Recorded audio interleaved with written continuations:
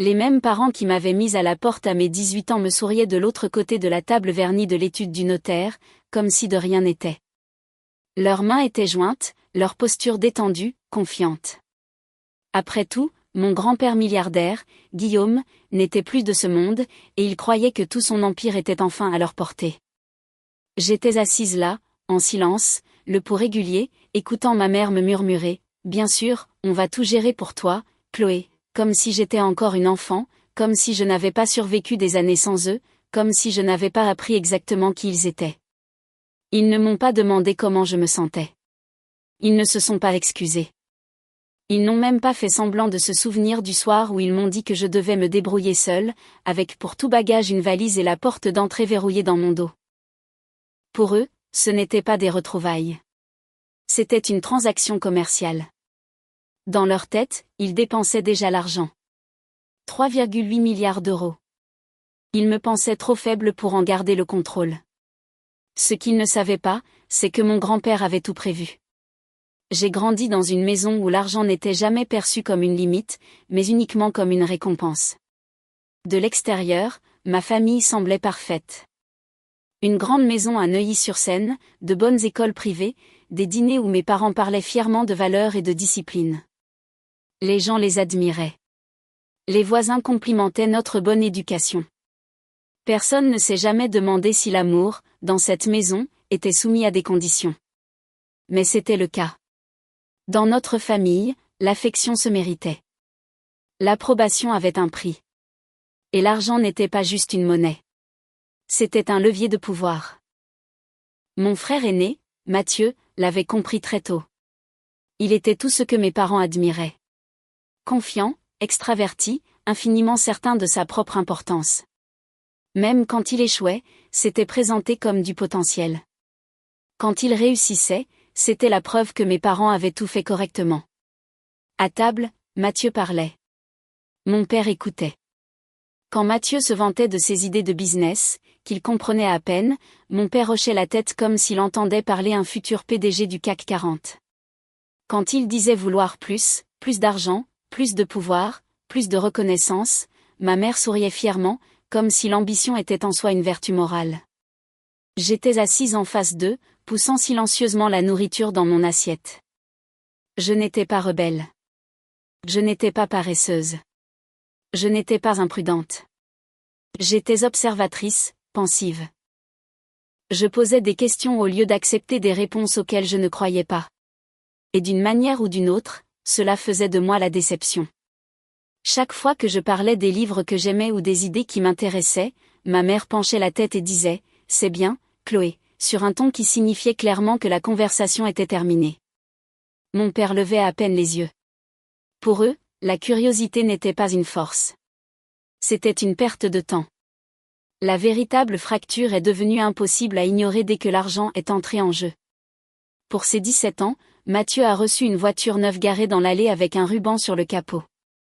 Tout le monde a ri et pris des photos. Je me souviens de ma mère le serrant dans ses bras en disant « C'est un investissement pour ton avenir ». Quand mon 18e anniversaire est arrivé, il n'y a eu ni voiture, ni fête, juste un rappel discret que je devais commencer à être réaliste. Les frais de scolarité de Mathieu pour sa grande école de commerce ont été payés sans la moindre question. Les miens, pour l'université, étaient soumis à conditions. Quel est ton projet ? Quel est le retour sur investissement ? Et si tu ne terminais pas ton cursus ? Quand j'ai demandé, prudemment et à voix basse, pourquoi les choses étaient si différentes, le visage de mon père s'est durci. Mathieu, lui, il comprend le monde réel, a-t-il dit. Toi, tu es trop émotive, trop sensible.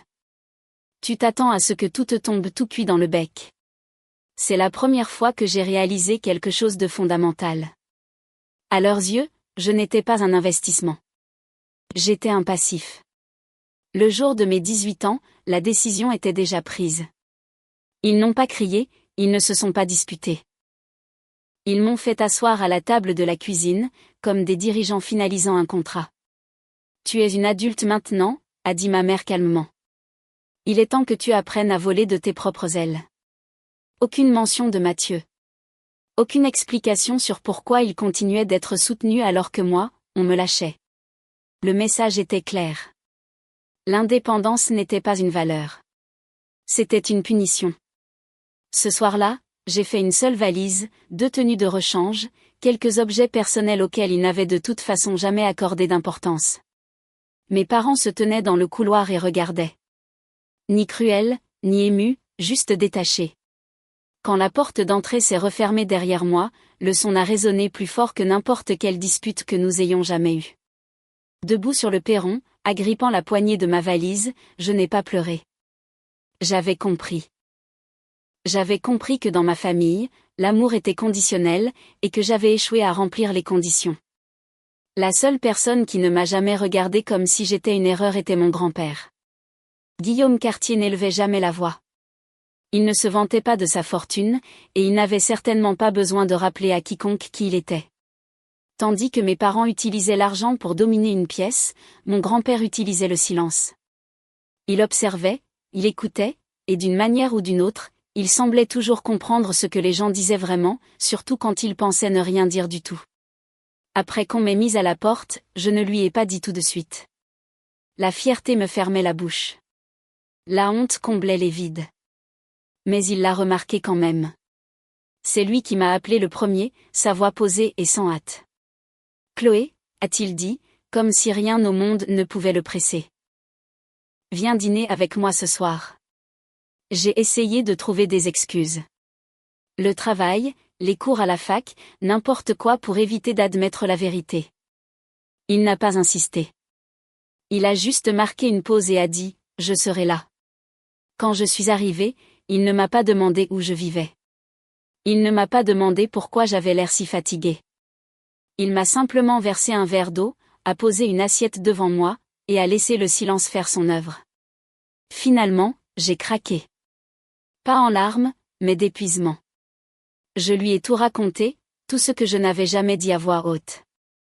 Les leçons de morale, les comparaisons, la façon dont Mathieu était toujours traité comme un avenir digne d'être financé, alors que j'étais traité comme un risque qu'il ne pouvait pas se permettre. Je m'attendais à de la déception ou de la pitié. Au lieu de cela, mon grand-père s'est adossé à sa chaise et a esquissé un léger sourire. Alors il a dit, ils t'ont enfin montré leur vrai visage. C'était tout. Pas d'indignation, pas de choc, juste une confirmation. À partir de ce moment, il est devenu mon refuge silencieux. J'ai dormi sur son canapé plus de nuits que je ne peux compter. Il n'a jamais appelé ça de la charité, ne m'a jamais fait sentir inférieur. Il me donnait de l'argent pour les courses comme si c'était la chose la plus normale du monde et disait « Tout le monde a besoin d'un petit coup de pouce de temps en temps. » Ne confondez pas ça avec de la faiblesse. Là où mes parents voyaient de l'hésitation, ils voyaient de la patience. Là où ils voyaient de la sensibilité, ils voyaient de la perspicacité. Tu remarques les choses, m'a-t-il dit un jour, pendant que nous jouions aux échecs tard dans la soirée. Ça met les gens mal à l'aise, surtout ceux qui ont besoin de tout contrôler. Il n'a jamais dit de mal de mes parents, mais il ne les a pas défendus non plus.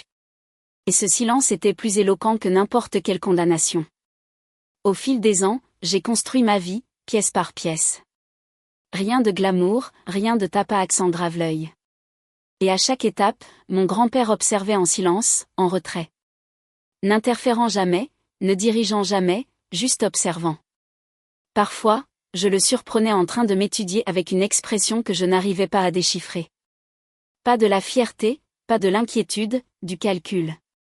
À l'époque, je pensais qu'il n'était qu'un vieil homme songeant au passé.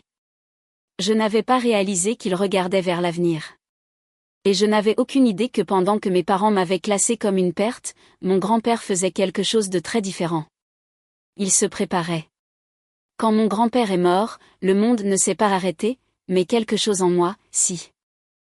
Guillaume Cartier avait été une présence constante dans ma vie pendant des années. Silencieux et immuable, comme un monument dont je n'avais jamais douté qu'il serait toujours là. Même quand sa santé a commencé à décliner, je me suis convaincue qu'il avait encore du temps. Les hommes comme lui en avaient toujours. Ils survivaient aux récessions, aux trahisons, aux guerres. Ils ne disparaissaient pas comme ça. Alors, quand le notaire a appelé, sa voix prudente et formelle, je savais déjà ce qu'il allait dire avant même que les mots ne sortent de sa bouche. « Je suis navré pour votre perte, Chloé. Le chagrin est venu plus tard. Ce qui est arrivé en premier, c'est un engourdissement. J'ai pris un vol pour la lecture du testament 2 jours plus tard. Je portais du noir, non pas parce qu'on me l'avait dit, mais parce que cela me semblait déplacé de ne pas le faire. Assise seule à l'arrière de la voiture qui m'emmenait à l'étude, je me suis dit de ne m'attendre à rien. Une montre, une lettre, peut-être un de ces vieux jeux d'échecs. C'est tout. Je n'étais pas assez naïve pour imaginer plus. Mes parents étaient déjà là quand je suis entrée. Ils avaient l'air revitalisés. Ma mère s'est levée immédiatement, son visage s'adoucissant en quelque chose qui aurait pu passer pour de la chaleur si je ne la connaissais pas si bien. Elle a pris mes mains comme si nous nous retrouvions après un malentendu plutôt qu'après des années de silence. « Chloé », dit-elle doucement. « Je suis si contente que tu sois venue. » Mon père a hoché la tête, ses lèvres déjà courbées en un sourire trop à l'aise sur son visage. Mathieu était adossé à sa chaise, les bras croisés, inspectant la pièce comme s'il évaluait un achat. Pas de condoléances, pas d'excuses, juste de l'anticipation. Alors que nous prenions nos sièges, ma mère s'est penchée vers moi et a baissé la voix. « Ça doit être bouleversant pour toi, » a-t-elle dit. « Mais ne t'inquiète pas, on va s'occuper de tout. » S'occuper de tout ? La phrase pesait lourd dans ma poitrine. Le notaire s'éclaircit la gorge et commença la lecture. Le jargon juridique emplit la pièce. Actif, participation, évaluation, des chiffres si grands qu'ils semblaient abstraits. Le pied de Mathieu rebondissait sous la table. Le regard de mon père s'aiguisait à chaque phrase. Puis les mots ont changé. Conformément aux dernières volontés de monsieur Guillaume Cartier, dit le notaire, l'intégralité de son patrimoine, évalué à environ 3,8 milliards d'euros, sera transférée à sa petite fille. J'ai arrêté de respirer. Chloé Cartier. Pendant un instant, personne n'a parlé. Puis ma mère a expiré brusquement, comme si elle avait retenu son souffle tout ce temps. Mon père a souri plus largement. Mathieu a laissé échapper un petit rire en secouant la tête. Eh bien, dit mon père nonchalamment en joignant les mains. C'est logique. Il parlait de moi comme d'un détail technique. Ma mère m'a serré le bras. Bien sûr que ça l'est, a-t-elle ajouté. Tu as toujours été proche de lui. Proche. Il n'avait pas utilisé ce mot depuis des années. Et naturellement, a poursuivi mon père, se penchant déjà en avant. Nous allons le gérer pour toi. Un patrimoine comme celui-ci nécessite de l'expérience. De la structure, une supervision. Mathieu a souri en coin. Ouais, Chloé. Ce genre d'argent détruit les gens. Ils étaient si sûrs d'eux, si détendus, si complètement convaincus que la décision était déjà prise. J'ai baissé les yeux sur mes mains, posé tranquillement sur mes genoux. Ils n'ont pas remarqué que le notaire n'avait pas fini sa lecture. Ils n'ont pas remarqué la façon dont il a marqué une brève pause avant de tourner la page. Et ils n'ont certainement pas remarqué la légère expression de connaissance sur son visage. Parce que pendant que mes parents se partageaient déjà le contrôle dans leur tête, les véritables intentions de mon grand-père attendaient encore d'être révélées. Au moment où le notaire a fait une pause, mes parents se sont penchés vers moi. Pas vers lui. Ça m'a tout dit. La main de ma mère a glissé sur la mienne. Légère mais délibérée, comme si elle reprenait quelque chose qu'elle croyait lui appartenir. Tu dois être sous le choc, dit-elle doucement. N'importe qui le serait. Je n'ai pas retiré ma main. Je n'ai pas parlé. Je l'ai laissé continuer. C'est beaucoup trop de responsabilité pour une seule personne, a ajouté mon père, sur un ton calme et raisonnable, la même voix qu'il utilisait quand il voulait faire passer une exigence pour une faveur. Ton grand-père partait d'une bonne intention, Chloé, mais gérer un patrimoine de cette taille requiert de l'expérience. Du jugement. Mathieu a ri sous cap.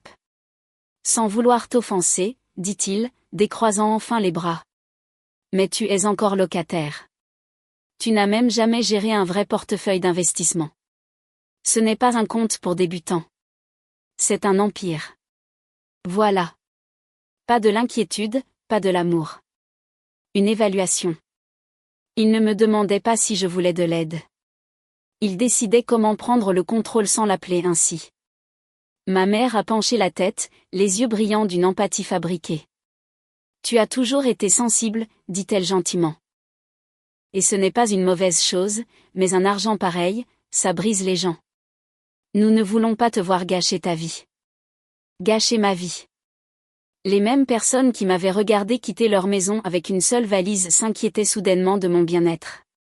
J'ai finalement levé les yeux. La gâcher comment, ai-je demandé tranquillement. Ils ont échangé un regard rapide, bien rodé. Eh bien, dit mon père. De mauvais investissements, des décisions émotionnelles, faire confiance aux mauvaises personnes. Il a souri comme s'il énumérait des faits inévitables. Nous mettrions en place des garanties appropriées, des fiduciaires, une supervision. À notre nom, a ajouté Mathieu facilement. Juste temporairement. Temporairement. Comme la façon dont il m'avait temporairement mise à la porte à 18 ans. Ma mère a de nouveau serré ma main. Plus fort cette fois. Tu n'as rien à prouver, a-t-elle murmuré. Laisse-nous gérer la pression. C'est à ça que sert la famille. La famille. Le mot sonnait étranger dans sa bouche. Je pouvais sentir les murs se refermer, non pas physiquement, mais stratégiquement. Il construisait un récit juste devant moi. Chloé est dépassée. Chloé est inexpérimentée. Chloé a besoin de protection. Et le pire, c'est qu'ils y croyaient. Ils croyaient que s'ils parlaient avec assez de confiance, assez de calme, le résultat tournerait en leur faveur. Que j'allais hocher la tête. Que j'allais leur céder le contrôle par peur ou par gratitude. Le notaire s'est de nouveau éclairci la gorge. Mais mes parents ne l'ont pas remarqué. Ils étaient trop occupés à m'expliquer ma propre vie. Trop occupés à tendre la main vers un pouvoir qu'ils étaient certains de déjà posséder. Ils n'avaient aucune idée qu'ils parlaient trop vite, parce que mon grand-père n'avait pas fini de parler. Et la page suivante du testament était sur le point de déchirer leur version de l'histoire. La pièce était devenue silencieuse, mais pas d'un silence respectueux. C'était le genre de silence qui s'installe quand les gens croient que la décision a déjà été prise. Mes parents se sont adossés à leur chaise, leur corps détendu, satisfaits. Mathieu tapotait des doigts sur la table, ennuyé maintenant que le plus dur était passé. Pour eux, cette réunion n'était qu'une formalité. Le notaire ne s'est pas assis avec eux. Il est resté debout. Il a ajusté ses lunettes, m'a jeté un regard, un seul, puis a de nouveau baissé les yeux sur le document entre ses mains. Si tout le monde me permet de continuer, dit-il calmement. Mon père a fait un geste dédaigneux de la main. Bien sûr, juste les détails techniques, n'est-ce pas? Le notaire n'a pas répondu. Il a tourné la page. Le son était léger, à peine audible, mais il a atterri comme un coup de feu. Il y a, dit-il prudemment, des dispositions supplémentaires jointes à la succession de monsieur Guillaume Cartier. Le sourire de ma mère a vacillé. Pas complètement, juste assez pour qu'une fissure apparaisse. Supplémentaire, a-t-elle répété d'un ton léger. Je suis sûr que ce n'est rien d'inhabituel. Le notaire a poursuivi sa lecture. Monsieur Cartier a anticipé que son héritage pourrait être contesté. Ce mot a brusquement ramené l'attention de Mathieu à la table. Contesté, a répété mon père, se redressant. Par qui? Le notaire ne lui a pas répondu. Il a continué à lire. Dans l'éventualité où un individu, y compris la famille immédiate, tenterait d'interférer avec, de gérer, de restreindre ou d'assumer l'autorité sur le patrimoine au nom de Chloé Cartier. La main de ma mère a glissé de la mienne. De telles actions seront considérées comme une violation directe du testament. L'atmosphère dans la pièce a changé. Mathieu a ri sèchement. C'est ridicule. Le notaire n'a pas levé les yeux. De plus, a-t-il continué d'une voix ferme, monsieur Cartier a spécifié qu'aucun fiduciaire, tuteur ou gestionnaire externe ne devait être nommé. Le patrimoine doit rester sous le contrôle unique et exclusif de Chloé Cartier. Mon père s'est levé. Ce n'est pas raisonnable, a-t-il dit, son calme se fissurant enfin. Elle n'est pas équipée pour ça. Le notaire a levé un doigt, non pas brusquement, mais avec détermination. Je n'ai pas terminé. Le visage de ma mère était devenu blême. Elle a ouvert la bouche, puis l'a refermée. Le notaire a pris une profonde inspiration et a lu le dernier paragraphe. Je lègue mon patrimoine à Chloé parce qu'elle a vécu sans mon argent et en a appris la valeur. Si mon fils et ma belle-fille tentent de prendre le contrôle de ce qui ne leur appartient pas, cela prouvera exactement pourquoi ils n'ont jamais été choisis. Les mots sont restés en suspens dans l'air, lourds et irréversibles. Pendant un instant, personne n'a parlé. Puis mon père a frappé la table de sa main. C'est de la manipulation, a-t-il lâché. Il est en train de la monter contre nous. Mathieu a repoussé sa chaise. Ça doit être contesté. On ne peut pas simplement donner une fortune pareille à quelqu'un qui... Qui quoi, ai-je demandé. Ma voix a tranché dans la pièce, plus vive que je ne l'attendais. Ils se sont tous tournés pour me regarder. Pendant des années, ai-je continué, en me levant à mon tour. Vous m'avez dit que je n'étais pas capable, que j'étais trop émotive, trop risquée, et maintenant vous êtes en colère parce que quelqu'un n'est finalement pas d'accord avec vous. Ma mère s'est précipitée sur ses pieds. Chloé, ma chérie, ça n'a rien à voir. Ton grand-père était malade.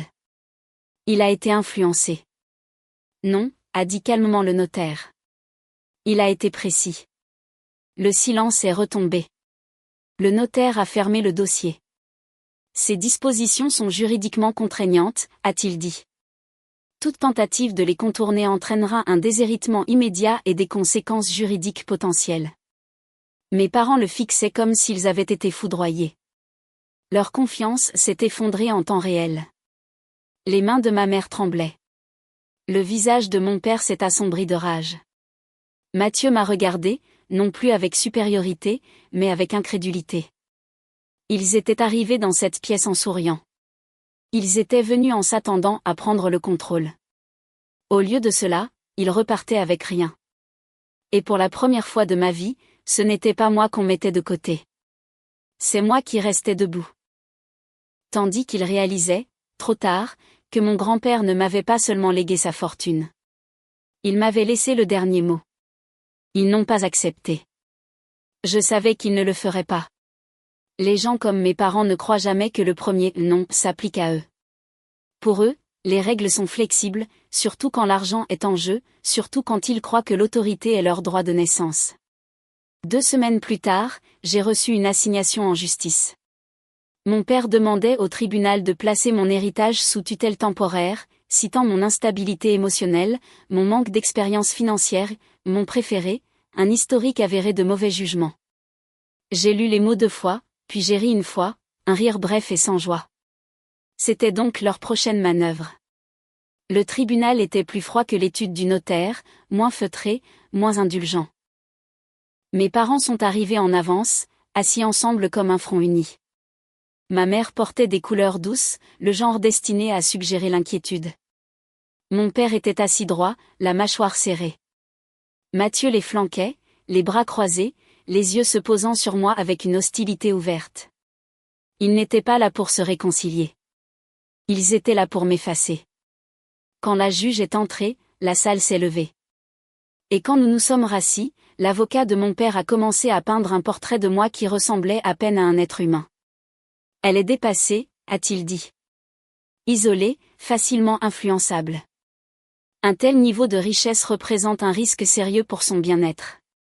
J'ai écouté en silence des années de mépris être reconditionnées en langage juridique. Puis ce fut notre tour. Mon avocat s'est levé lentement, calme, préparé. Il n'a pas débattu de sentiments. Il a argumenté avec des faits. Il a présenté des emails où mes parents faisaient référence au patrimoine comme étant le nôtre. Des relevés bancaires montrant des tentatives de renseignements faites en mon nom sans mon consentement. Des SMS de Mathieu me qualifiant d'obstacle temporaire. À chaque document, mes parents s'agitaient sur leur siège. Finalement, mon avocat a abordé le testament lui-même. Guillaume Cartier a anticipé ce scénario exact, a-t-il dit en brandissant le document. C'est pourquoi il a inclus une clause explicite interdisant toute interférence. Cette requête n'est pas de l'inquiétude. C'est une confirmation. La juge a longuement regardé mes parents. Puis elle a parlé. Ce tribunal ne réécrira pas l'héritage d'un homme parce qu'il met d'autres personnes mal à l'aise, a-t-elle dit d'une voix égale. La requête est rejetée. Ma mère a eu un hoquet. Le visage de mon père a perdu toute couleur. La juge n'avait pas terminé. Toute nouvelle tentative de saper l'autonomie de mademoiselle Cartier pourra entraîner des sanctions. Le marteau est tombé. C'était terminé. Alors que les gens se levaient et commençaient à sortir, ma mère s'est approchée de moi, la voix tremblante. Nous voulions seulement te protéger. J'ai croisé son regard pour la première fois depuis des années. Non, ai-je dit doucement. Vous vouliez me contrôler. Elle n'a rien eu à répondre à ça. Je suis sortie du tribunal seule, non pas parce que personne ne me suivait, mais parce que pour la première fois de ma vie, je n'avais besoin de personne. La décision du tribunal n'a pas seulement mis fin à l'affaire, elle les a exposés. Dans un milieu où la réputation était une monnaie d'échange, mes parents avaient passé des décennies à construire la leur avec soin, de manière obsessionnelle. Gala de charité, déjeuner d'affaires, vantardises discrètes déguisées en sollicitude. Ils étaient le genre de personnes auxquelles les autres faisaient confiance parce qu'elles avaient l'air respectables. Cette illusion n'a pas survécu au tribunal. La nouvelle s'est répandue rapidement. C'est toujours le cas. Pas la version qu'ils auraient préférée, mais la vérité. Les gens chuchotaient à propos de la demande de mise sous tutelle. Comment un père avait essayé de faire déclarer sa propre fille inapte à gérer son héritage. Comment un grand-père milliardaire l'avait anticipé et avait écrit des protections spécifiquement contre son propre fils. Les invitations de ma mère se sont raréfiées, puis ont cessé complètement. Les femmes qui se penchaient autrefois vers elle lors des déjeuners souriaient maintenant poliment et s'excusaient plutôt. L'inquiétude s'est transformée en distance. La distance s'est transformée en silence. Le monde de mon père s'est fracturé de manière plus visible. Des clients posaient des questions. Des partenaires hésitaient. La même confiance qui impressionnait autrefois les gens ressemblait maintenant à de l'arrogance, surtout après un échec aussi public. En quelques mois, il a dû prendre du recul. C'est l'expression qu'ils ont utilisée. Mais tout le monde savait ce que cela signifiait. Mathieu s'est effondré le plus rapidement. Sans la certitude de mes parents pour le soutenir, il ne savait plus où se tenir.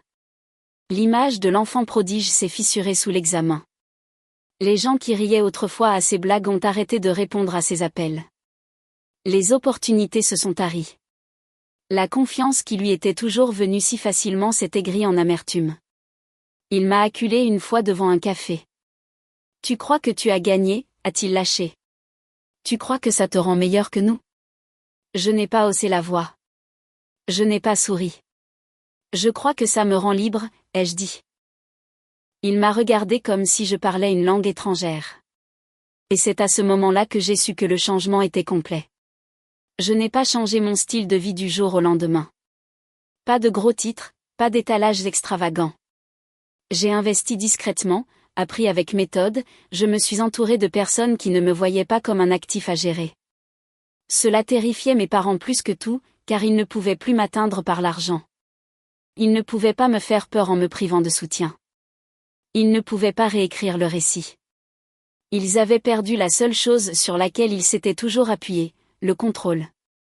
Et alors qu'ils s'effaçaient de ma vie, j'ai réalisé quelque chose de tranquillement puissant.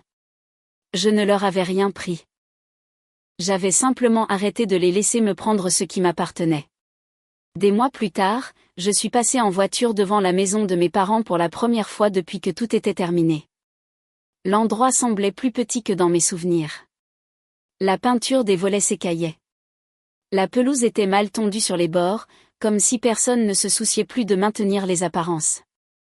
La lumière du porche était allumée, mais la chaleur qu'elle projetait autrefois semblait creuse, artificielle, comme tout ce qu'ils avaient jamais montré au monde. Je n'ai pas arrêté la voiture. Pendant des années, cette maison avait représenté l'échec pour moi. Le rejet. Le moment où j'ai appris à quel point l'amour pouvait être conditionnel. Mais en passant devant, je n'ai rien senti me serrer la poitrine. Pas de colère, pas de tristesse, pas même de triomphe. Juste de la distance. Les gens supposent qu'hériter de milliards vous change du jour au lendemain. Que cela vous transforme en quelqu'un d'autre. Mais la vérité est plus discrète que cela. L'argent ne vous construit pas. Il ne fait qu'amplifier ce qui est déjà là. Ce qui a changé ma vie, ce ne sont pas les 3,8 milliards d'euros. C'est le moment où j'ai réalisé que plus personne ne pouvait me menacer d'abandon. Mon grand-père l'avait compris. Il ne m'a pas laissé sa fortune pour me rendre puissante.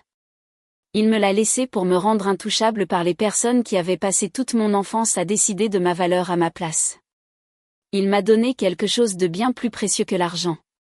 Il m'a donné une preuve. La preuve que j'avais survécu sans eux. La preuve que je n'avais jamais été le passif qu'ils prétendaient que j'étais. La preuve que je n'aurais plus jamais besoin de mendier une place à quelque table que ce soit. Alors que je continuais ma route, la maison a disparu dans mon rétroviseur. Et pour la première fois de ma vie, je n'ai pas eu l'impression de laisser quelque chose derrière moi. J'ai eu l'impression d'avancer enfin, selon mes propres termes.